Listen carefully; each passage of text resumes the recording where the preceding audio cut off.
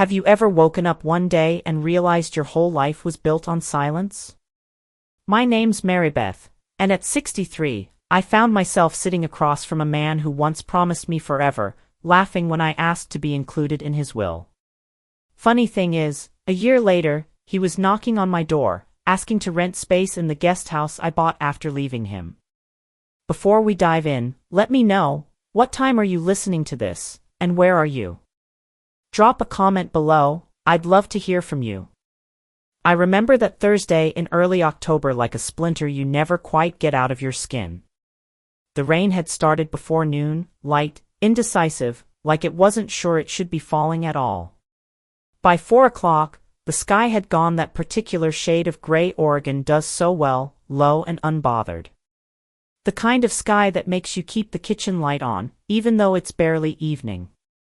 I was standing by the stove, stirring butternut squash soup, watching the flecks of pepper swirl in slow, lazy circles. The house smelled like rosemary and roasted garlic. It should have felt warm. Instead, there was that old quiet between us, the kind you don't notice until one day you realize it never left. He sat at the table, reading the paper like always, glasses perched low on his nose, lips pressed in that familiar, unreadable line. I hadn't planned to ask. It just slipped out, the way thoughts sometimes float up from the bottom before you can press them down again. Have you ever thought about making a will? I didn't even look up when I said it. I was just cutting the bread. My hands kept moving, steady, like I hadn't just broken some kind of unspoken rule between us. He didn't answer right away, and for a second I thought maybe he hadn't heard me. But then I heard the sound, that dry chuckle he made when something amused him more than he thought it should. "A will," he said, flipping a page without looking up. "There's not much to leave, sweetheart. The house is mine, always has been.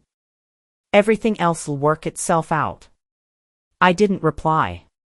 I just set the bread down a little harder than I meant to and went back to the stove.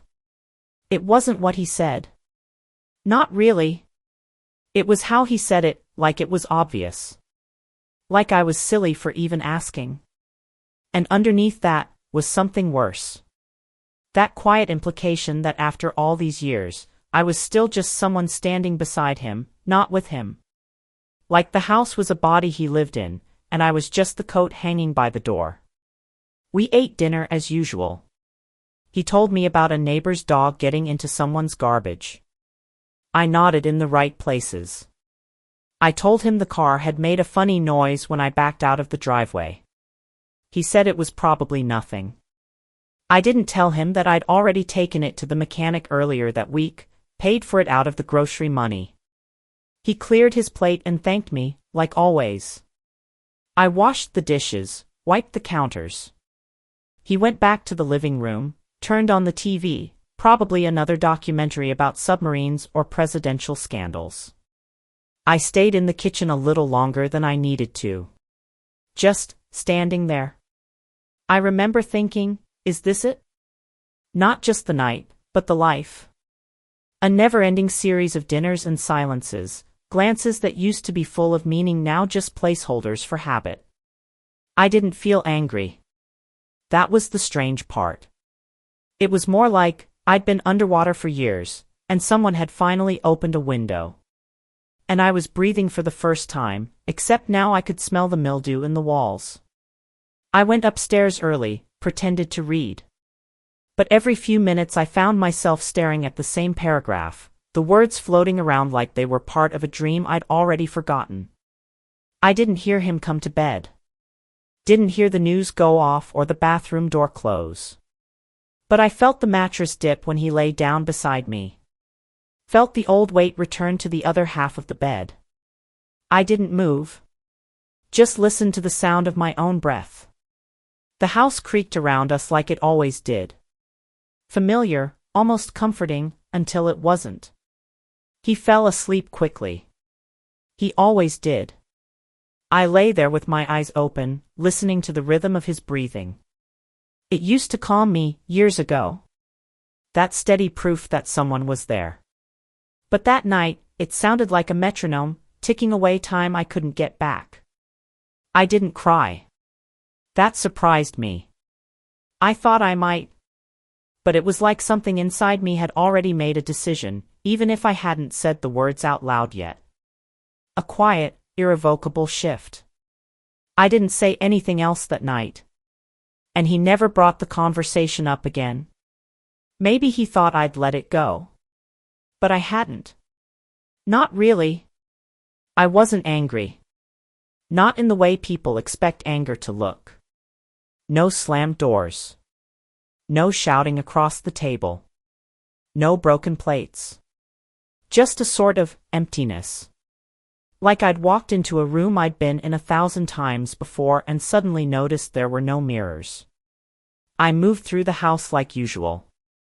Folded laundry, paid the power bill, watered the plants in the front window that never quite thrived.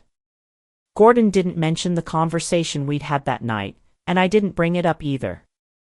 I think that's the part that stayed with me the most, not the words, but how quickly he forgot them.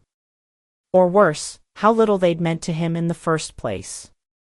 A few days later, I decided to get out of the house. I told him I was heading to the store for paper towels, which was true. But after I grabbed them, I just kept driving. Ended up in a part of town I hadn't been to in a while, older blocks with peeling paint, creaky sidewalks, and independent shops that had somehow outlived the chains. There was a bookstore tucked between a pottery studio and a coffee shop, with a hand-painted sign that read Riverbound Pages. The window display had a few second-hand novels and an old wooden ladder draped in fairy lights. Something about it made me stop. Inside, it smelled like dust and cedar and a little bit of lavender. Not fancy, not polished, just safe. A woman behind the counter looked up as I came in. Late 40s, maybe early 50s. Dark curly hair pulled back, glasses perched on her head. She had a way of looking at you like she already knew what kind of day you'd had. First time in, she asked, her voice easy, like we were already mid-conversation. Yeah, I said. I was just wandering. She smiled. That's how the best books find you. I wandered through the aisles, trailing my fingers along the spines. I didn't really need a book. I just needed a moment. Something to touch that wasn't a dish, a bill, or Gordon's laundry. I picked up a novel with a worn cover. The story of a woman who leaves a long marriage and starts over in a house by the sea. I couldn't remember if I'd read it before. Maybe I had. When I brought it to the counter, the woman looked at the cover, then at me, not in a judgmental way, just curious. That one's quiet, she said. But it sticks with you. I nodded. I think that's what I'm looking for. Something that sticks. She rang me up and slipped the book into a brown paper bag. Just before I turned to leave, she said, you know, sometimes it takes losing everything you thought made you, to find out who you actually were. I stopped. Not because the line was profound, though it was, but because she said it so casually. Like it wasn't advice. Just truth. We didn't exchange names. I didn't tell her about Gordon or the will or how I'd been waking up at 3 a.m. for no reason at all. I just walked out with a novel I wasn't sure I'd read and a sentence that hung in the back of my mind all the way home. At the house, Gordon was in the den watching a rerun of some detective show. He barely looked up when I walked in. I left the book in my purse and the paper towels on the counter. I didn't change into my house clothes. I didn't start dinner. I sat at the kitchen table and stared at the corkboard where we kept takeout menus and dentist appointment cards. And there it was, tucked behind a pizza flyer, a folded piece of paper. A name written in blue ink. Marcia Finley, Family Law. A friend had given it to me 3 years ago, after her own divorce. I had smiled politely, told her it wasn't something I needed, then shoved it behind a magnet for safekeeping I never intended to use. I pulled it down. Smoothed it out on the table with both hands. My palms felt a little sweaty. My heart didn't race, but it beat in this strange, steady way, like it was keeping time with a version of myself I hadn't listened to in a long while. That night, I didn't wash the dishes. Gordon didn't say anything about it. And I didn't feel guilty. I read the first chapter of the book before bed. The woman in the story was sitting on her porch, watching the tide go out. She didn't cry. She didn't scream. She just watched the water leave and waited for it to come back. I thought about the woman at the shop and what she'd said. Sometimes you only find your value when no one's handing it to you anymore. I turned off the lamp. Lay there in the dark, awake again. But it felt different this time, like maybe I was waking up for a reason. A few days after I pulled that lawyer's card off the corkboard, I asked Gordon a question I already knew he'd hate. Do we still have that joint savings account? I was pouring coffee when I said it, trying to make it sound like I was just curious, not cornering him. The one we opened when we were setting aside for the lake cabin, remember? He didn't look up. Why? I was thinking, it might be smart to check what's still in there. Just to plan better, in case something happens.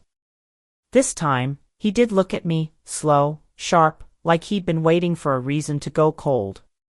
Jesus, Mary, he said, shaking his head. Now you're checking up on me? I didn't say that, I replied, trying to keep my voice level. I just want to know where we stand. His lip curled a little.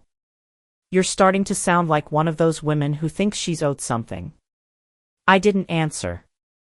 I just set my cup down slowly and left the kitchen. It wasn't the words alone that landed hard, it was the edge in his voice, the way he made me feel like asking was some kind of betrayal. Like the years I spent beside him hadn't earned me the right to wonder where the money went. I spent the rest of that day in a fog. I watered the plants. I folded towels. But inside, something was buzzing. Not loud, just steady. Like an engine warming up after a long winter. That night, as I lay in bed, staring at the ceiling fan making its slow turns, I thought about a day 30 years ago. My mother was in the hospital, her cancer had come back. I was supposed to stay with her that week, but Gordon had just started his landscaping business. He needed help with the books, the scheduling, the customer calls. He said, "We're building something here, Mary. We can't stop now." So I left my mother in a hospital bed, alone, and came home to make spreadsheets. She never said a word about it. Not then. But years later, just before she passed, she squeezed my hand and whispered, "I always hoped you'd choose you someday." Back then, I thought she was talking nonsense. But now, I wasn't so sure. 2 mornings later, I was cleaning out the catch-all drawer in the hallway, you know the one, full of batteries, expired coupons, keys that open nothing. I came across a printed bank statement. Not current, but recent enough. There was a withdrawal, $5,000, marked as a transfer. I checked the date. It was the same week I'd brought up the will. I waited until after dinner to ask. We were loading the dishwasher. I was on silverware. He was rinsing the plates like always. "Did you transfer money to Todd?" I kept my voice low, almost casual. I saw the statement in the drawer. He didn't look at me. Just kept rinsing. "It's my money." "That's not what I asked." Now he turned, and the plate in his hand hit the sink with a sharp clang. "Don't start," he said. "Todd needed help. And frankly, it's none of your business." "None of my business?" I said it too quickly, the words catching fire as they left my mouth. He crossed his arms, water still dripping from his wrists. "That money's from my work. My years. I took care of this family. I don't owe you a damn explanation every time I spend $1. I stood there, holding a fork like it might explain something if I looked at it long enough. "I'm not asking for permission," I said. "I'm asking to be considered." He laughed once, short and mean. "You're looking for a fight, Mary. And I'm too old to give it to you." That night, I didn't sleep. I stared at the window and counted the ways I'd made myself small, saying it's fine when it wasn't, stepping aside so others could take the good chair, keeping peace like it was my only job. I realized something that night. I wasn't staying because I loved him. I was staying because I'd forgotten what it felt like to leave. And once you remember, you can't unknow it. I didn't tell Gordon I was going. I just said I had an errand, slipped my purse over my shoulder, and drove across town to an office building near the courthouse, the kind of place you only notice when you're looking for trouble or trying to end something. The door read Henderson, Burke, Family Law. I sat in my car for a full 10 minutes before going in, staring at the dashboard like it might give me a reason not to. Inside, the receptionist didn't blink when I said I didn't have an appointment. She handed me a clipboard, and I sat in the waiting area with a cup of coffee that tasted like warm cardboard. The walls were lined with framed quotes about justice and fairness. I didn't read them. When the lawyer came out, I expected someone brisk and clipped, like on TV. But she was kind. Wore sensible shoes and no makeup, which made me feel oddly safe. Her name was Shelley Burke. She let me talk first. I stumbled over it a little, kept saying I'm not sure this is anything and I probably sound silly, until finally she held up a hand and said, "You're here." That's not nothing. I told her about the house, the accounts, the decades, the way Gordon laughed when I brought up the will. I didn't cry, though my throat got tight. She listened like it was all perfectly normal. Maybe to her, it was. When I finished, she opened a folder and said, "Oregon's a community property state. Anything acquired after the marriage, house, savings, retirement accounts, legally belongs to both of you." That word. Legally. It should have made me feel powerful. But it just made me tired. I thanked her, said I'd think about things. She handed me a simple packet and said, "When you're ready." On the drive home, I didn't turn on the radio. Just listened to the hum of the tires and my own breathing. I kept thinking, if I go through with this, who do I become? The woman people whisper about at church? The wife who gave up after 40 years? But then another voice inside me whispered something else. What if I don't? What's left of me then? That night, I went to the bookstore again. Delaney was restocking the poetry shelf, sitting on a step stool in jeans and a faded flannel. She smiled like she'd been expecting me. We talked for a bit about nothing, weather, book clubs, the old man who came in every Tuesday and smelled like peppermint. Eventually, the conversation drifted. I told her, in a low voice, I went to see a lawyer. She didn't flinch. Just nodded, like I'd said I'd gotten my oil changed. "I'm scared," I admitted. She stood up, stretched her back, and leaned against the shelf. "You know," she said, "the day I left Jim, I wrote the goodbye letter with a ballpoint pen on a grocery receipt. Nothing poetic about it. I left it on the kitchen table and drove to my sister's. I thought I'd have a breakdown. But instead, I slept through the night. First time in years." I smiled, but it didn't reach my eyes. "What if everyone thinks I'm the bad guy?" Delaney tilted her head. "Then they never knew what kind of life you were living." We stood there a while longer. No pressure. No pushing. Just two women in the quiet hum of old pages and things unsaid. Before I left, she said one more thing. Her voice wasn't angry or loud, it was steady, like a truth she'd carved out of stone. We weren't born to be side characters in our own homes. When I got back to the house, Gordon was napping in his recliner, a sports game murmuring on the TV. The living room looked exactly like it always had, beige carpet, framed wedding photo, stack of unpaid catalogs on the coffee table. I went upstairs to the bathroom. Turned on the light. The woman in the mirror looked familiar, but not close. My hair had gone more silver than gray. My cheeks had softened. My eyes, they were tired, but not empty. There was something behind them now. A flicker. I leaned in a little closer and whispered, "We're still in there." That night, I didn't make dinner. I didn't ask what he wanted to eat. I made a bowl of soup for myself, sat at the kitchen table with the lawyer's packet in my lap, and read every word. I didn't cry. I just knew. Knew the life I'd been living wasn't the only one I was allowed to have. I didn't tell him. About the lawyer. About the packet on the kitchen table. About the part of me that had already left the house, even though my shoes were still lined up neatly by the door. I moved through the days like someone waiting on a train they knew would come, no need to rush it, but no turning back either. The process had started. Shelley, the attorney, was methodical and soft-spoken. She made things sound simple even when they weren't. She said things like, "This doesn't have to be a war," and "You're entitled to clarity, not just fairness." I didn't know what to do with those words at first.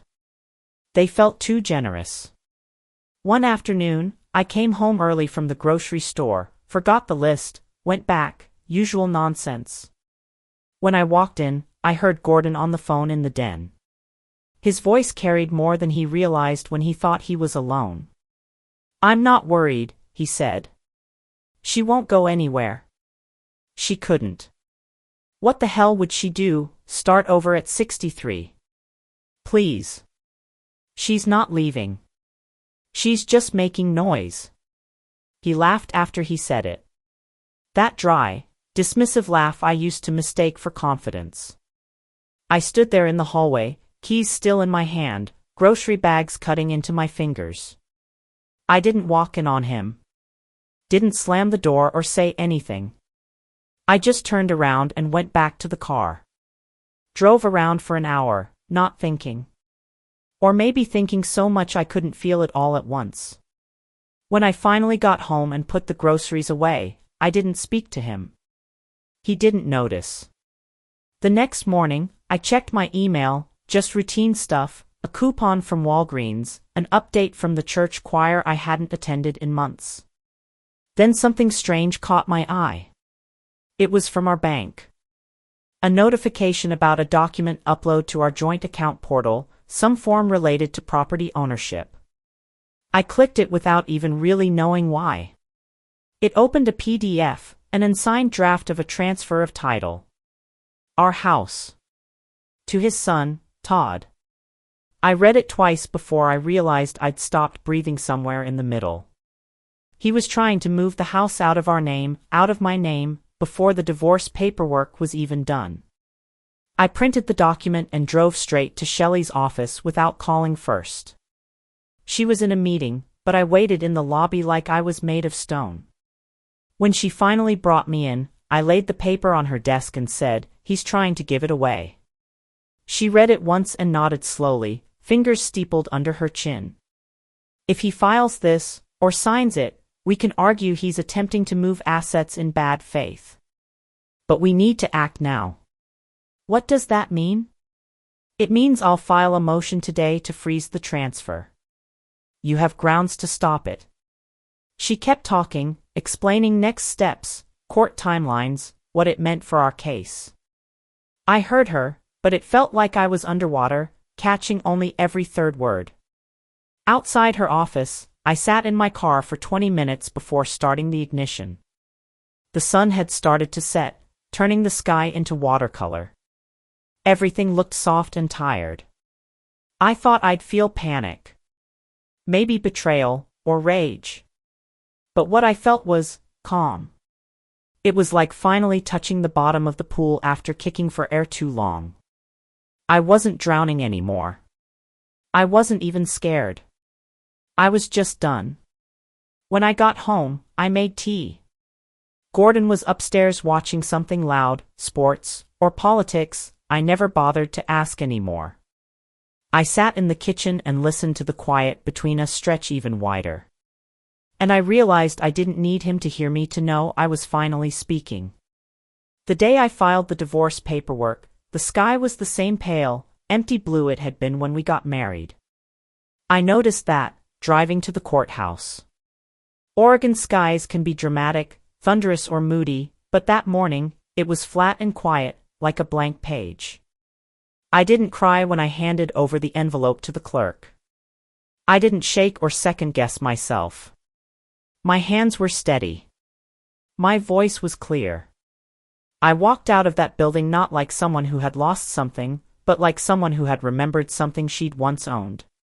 That afternoon, I met with a real estate agent, a woman named Camilla who wore practical shoes and talked like she had somewhere to be, which I appreciated. I told her I needed something modest, with a little space in back. Something just for me. She showed me 3 listings. The third one had a tiny guest house in the yard, tucked under a maple tree that turned bright gold in fall. I told her to put in an offer that same evening. I didn't tell Gordon I'd filed. Not because I was hiding it, but because I owed him nothing anymore, not my timing, not my explanations.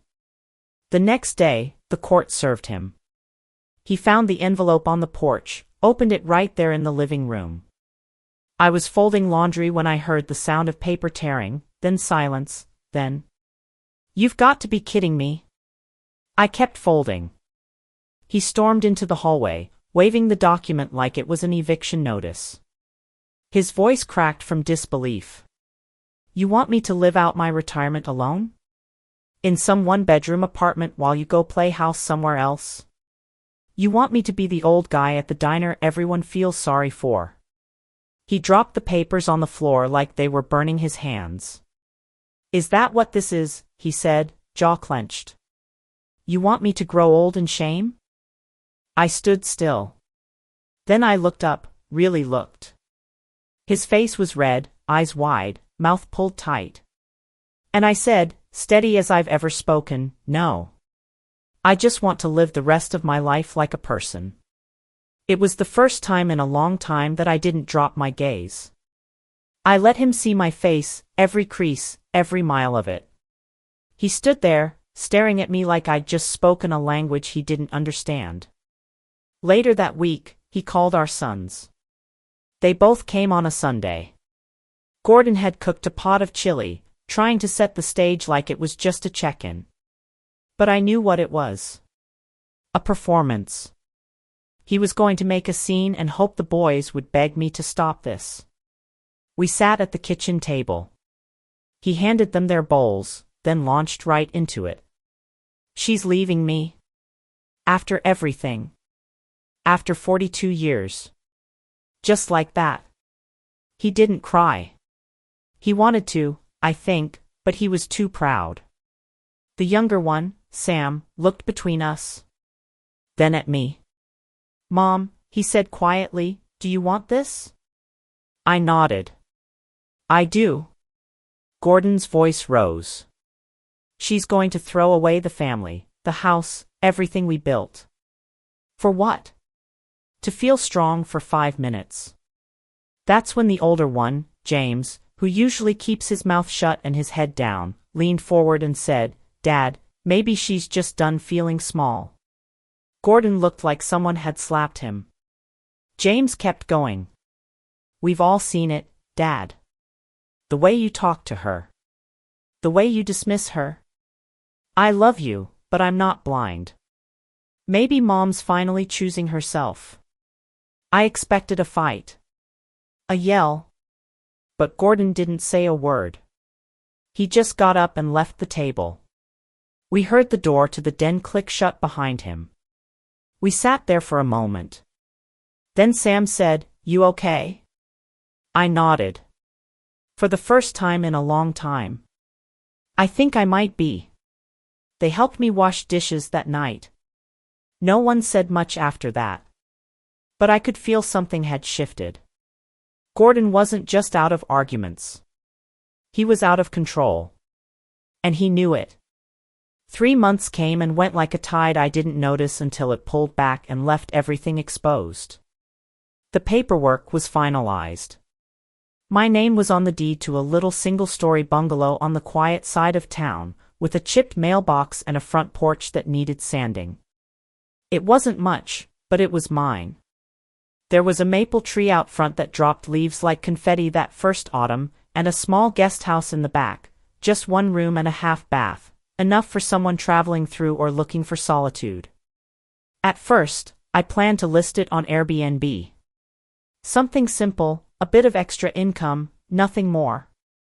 I moved in on a Saturday. Delaney helped me hang curtains and unpack mugs. We drank chamomile tea on the floor, sitting cross-legged like girls at a sleepover, though our knees creaked every time we shifted. It feels like a new skin, I told her. It should, she said. New skin means the old one didn't fit anymore. I didn't bring much from the old house. A few photo albums, my grandmother's mixing bowls, one hand-carved rocking chair.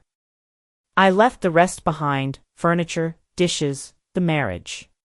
Let Gordon keep what he needed to feel like he'd won something. Then, just as the daffodils started pushing up through the earth in early spring, my phone rang. I didn't recognize the number, but I picked up anyway. Habit, I guess. Hey, came the voice, hesitant. It's me. There was a silence, the kind that feels like someone testing the weight of their own shame. Hi, things haven't worked out with the house. I had to sell. The new place fell through. The bank's involved now. I was wondering if you had room. In the back. I could pay rent. I looked out the window as he spoke. The maple branches were still bare, but buds were starting to form. I'd only need a couple months, he added quickly. Just until I figure things out. I waited a moment. Let the silence stretch just enough. Yes, I said finally. You can rent the guest house. Relief flooded his voice. Thank you. I really appreciate. But it'll be a formal lease, I interrupted. Monthly rent, signed contract. And I expect it on the 1st. In full. He didn't argue. Maybe he was too tired, or maybe he understood. Yeah. Okay, he said. Of course. That's fair. I hung up and stood there for a long time. Not angry. Not triumphant. Just still. He moved in the following week. Carried in 2 suitcases and a cardboard box full of files. Didn't ask for help. I didn't offer. I left a printed lease on the counter of the guest house, already signed on my end. He returned it later that day with his signature and a check for the first month. We didn't eat together. We didn't talk unless we had to, leaky faucet, mail mix-up, that sort of thing. I kept my space. He kept his. We lived yards apart but oceans away. Each morning, I heard his door close behind him. I'd be in the kitchen, brewing coffee or feeding the cat I'd adopted from the shelter. The click of his door became a kind of rhythm, familiar but distant, like wind chimes you stop noticing until they go still. And with every step he took across the gravel path to his car, I felt lighter. Not because he was suffering, but because I wasn't. It's a funny thing, quiet. When you've lived most of your life trying to fill silences, keeping the peace, smoothing edges, explaining yourself before anyone even asked, you forget what it feels like to just sit in it. To let it hold you instead of haunt you. The silence in my new house wasn't empty. It was full of my breath, my rhythm, my choosing. The creaks in the floorboards weren't echoes of arguments or footsteps I braced against. They were just with settling, like I was. I started waking up early, not because I had to, but because I wanted to. I'd make tea, open the kitchen window, and listen to the birds fussing in the maple. Sometimes I'd walk down to riverbound pages, even if I didn't need a book. Delaney always had something warm waiting and never asked questions I didn't want to answer. We talked about small things, weather, neighborhood gossip, whatever was blooming or falling. Sometimes we talked about big things too, but never in a dramatic way. Just two women who had outlived their illusions and made peace with the cost. In the afternoons, I'd write a few lines in a little blue notebook I kept by the back door. Not memoirs. Not letters. Just fragments. Thoughts I didn't want to forget. I wasn't trying to be wise or profound. I was just reminding myself that I existed. Gordon stayed in the guest house. Quiet, mostly. He didn't overstep. Paid rent on time. He watered his porch plants and read the newspaper with the same posture I remembered from the kitchen table all those years. But something in him was dimmer now. Or maybe just exposed. One evening, just as the sun was lowering behind the trees, he caught me in the driveway while I was taking out the trash. He didn't look angry. Just tired. Worn. "I never thought you'd actually go through with it," he said. "I figured you needed me too much." I leaned against the fence, arms folded. I didn't rush to respond. He glanced down at the gravel, then back at me. "I guess I needed you more than I realized." I didn't smile to make him feel better. But I didn't twist the knife, either. "I used to think I couldn't do life without you," I said. But that wasn't true. I just didn't know myself outside of you. He nodded once, slowly, like he finally understood something, but a little too late. We didn't hug. We didn't cry. We just stood there a few seconds longer, and then I walked back inside. That was the last real conversation we had. He still lives in the guest house, though I imagine someday he'll move on. Maybe to a place with more space or someone to share meals with again. That's not mine to wonder about. One Saturday in early October, nearly a year after everything, I decided to repaint the old fence around the yard. It had been chipping for years, and I'd meant to get around to it. I bought the paint myself. Borrowed a ladder. Did it over 3 days.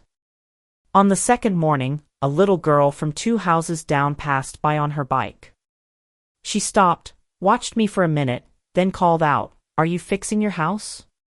I looked up, brush in hand, paint streaked across my forearm. "No," I said. "I'm fixing myself." She blinked, not quite sure what I meant, then nodded like that was good enough and pedaled on. Later that night, I sat on the porch, watching the fence dry in the fading light. It looked clean. Fresh. Not perfect, but better. Like it had survived something and decided to still stand. And I thought about everything I didn't get from the divorce. I didn't get a big check. I didn't get an apology. I didn't get to rewrite the past. But I got a kitchen where no one interrupted my silence. I got a front door I lock from the inside, for myself. I got mornings that belong only to me. And really, I didn't win anything. I just finally took back what had always been mine to begin with. You know, looking back now, 71 and counting, I don't think it was courage that got me through all that. It was just, finally listening to the quiet voice I'd been ignoring for too long.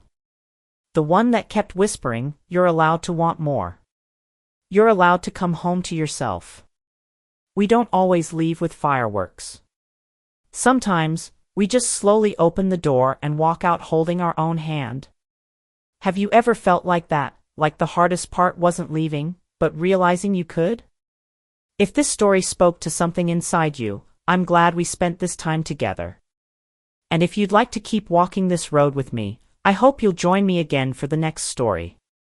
We've still got a lot of life to talk about.